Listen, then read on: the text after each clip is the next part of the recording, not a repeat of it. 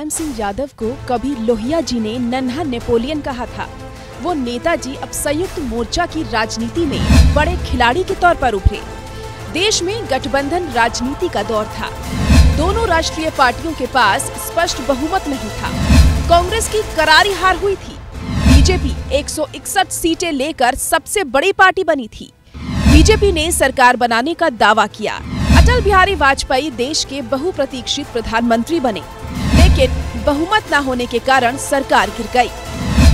बताया जाता है कि वीपी सिंह, शरद यादव, लालू यादव और चंद्रबाबू नायडू के अपने स्वार्थों के कारण नेताजी के हाथ से दो बार पीएम बनने का मौका फिसल गया। कांग्रेस के पास 141 सीटें जरूर थी, लेकिन वो सरकार बनाने का जोखिम लेने को तैयार नहीं हुई। सबकी नजरें पूर्व प्रधानमंत्री विश्वनाथ प्रताप सिंह की तरफ उठी। उन्होंने पश्चिम बंगाल के मुख्यमंत्री ज्योति बसु का नाम आगे कर दिया, लेकिन सीपीएम पोलित ब्यूरो ने ज्योति बसु को इजाजत नहीं दी। तब लालू का नाम सबसे आगे था, लेकिन चारा घोटाले के कारण वे दौर से बाहर हो गए।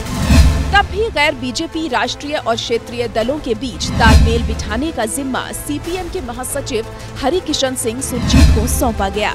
बताया जाता है कि सुरजीत ने मुलायम के नाम की पैरवी की, लेकिन लालू और शरद यादव ने इसका विरोध किया। हालांकि नेताजी एचडी देवेगौड़ा और आई.के. गुजराल के प्रधानमंत्री पद पर कार्यकाल के दौरान रक्षा मंत्री रहे, लेकिन उनके मन में टीस रह गई। तब कांग्रेस के समर्थन से केंद्र में संयुक्त मोर्चे की सरकार बनी। पीएम बनने का राजयोग 2 बार नेताजी को छूकर गुजरा। नेताजी ने अपने महत्वाकांक्षा को छिपाया नहीं, हर मौके पर साफ बताया।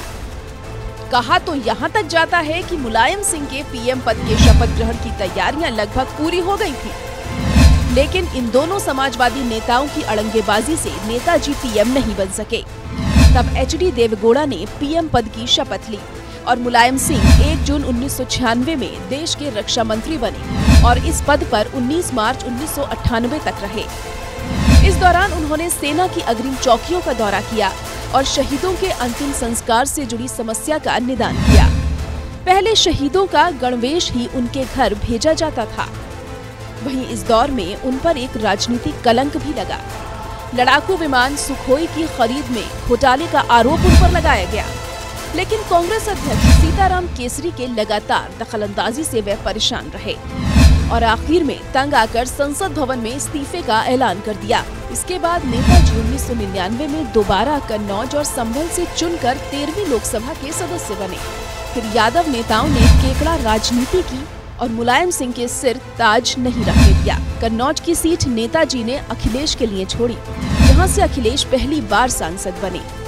2002 में बीजेपी से गठबंधन कर बीएसपी ने सरकार बनाई और मायावती मुख्यमंत्री बनी, लेकिन ये सरकार साल भर भी नहीं चली। तब बीएसपी के बागियों और निर्दलीय विधायकों के समर्थन से मुलायम सिंह 20वीं बार सीएम बने, लेकिन 2007 के विधानसभा चुनाव में बीएसपी के हाथों करारी हार हुई। लेकिन इसके बाद 2012 के अगले चुनाव में समाजवादी पार्टी बहुमत से सत्ता में आई। तब नेताजी ने अखिलेश यादव को मुख्यमंत्री बनाया। अखिलेश यादव कुनबे को साथ लेकर चलने में नाकाम रहे। सत्ता के कई केंद्र बन गए। मुलायम सिंह के भाई शिवपाल सिंह यादव से उनके मतभेद गहराने लगे। तब नेताजी दिखाई तो पड़े शिवपाल के साथ, लेकिन राष्ट्रीय अधिवेशन में अखिलेश यादव को पार्टी का राष्ट्रीय अध्यक्ष घोषित कर दिया गया। लेकिन इसी साल हुए विधानसभा चुनाव अखिलेश ने कांग्रेस से मिलकर लड़ा, लेकिन बीजेपी को रोकने में असफल रहे। बीजेपी की सरकार बनी और योगी आदित्यनाथ मुख्यमंत्री बने।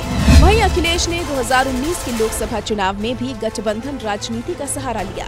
तब मायावती और अखिलेश ने मिलकर चुनाव लड़ा, लेकिन इस चुनाव में बीएसपी को 10 सीटें मिली तो सपा को महज 5। लिहाजा मायावती ने गठबंधन तोड़ने का ऐलान कर दिया।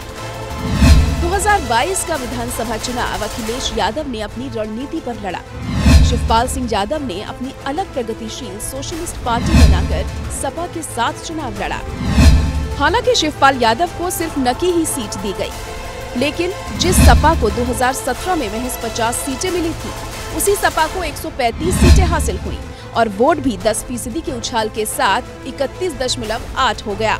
फिर भी समाजवादी पार्टी सरकार बनाने में नाकाम रही और बीजेपी सरकार बनाने में सफल रही। मुलायम सिंह प्रदेश के तीन बार मुख्यमंत्री बने और 2 बार प्रधानमंत्री पद के दावेदार के रूप में अपनी नेतृत्व क्षमता का परिचय दिया। धरतीपुत्र मुलायम सिंह के साथ समाजवादी आंदोलन का एक पूरा अध्याय अतीत हो गया।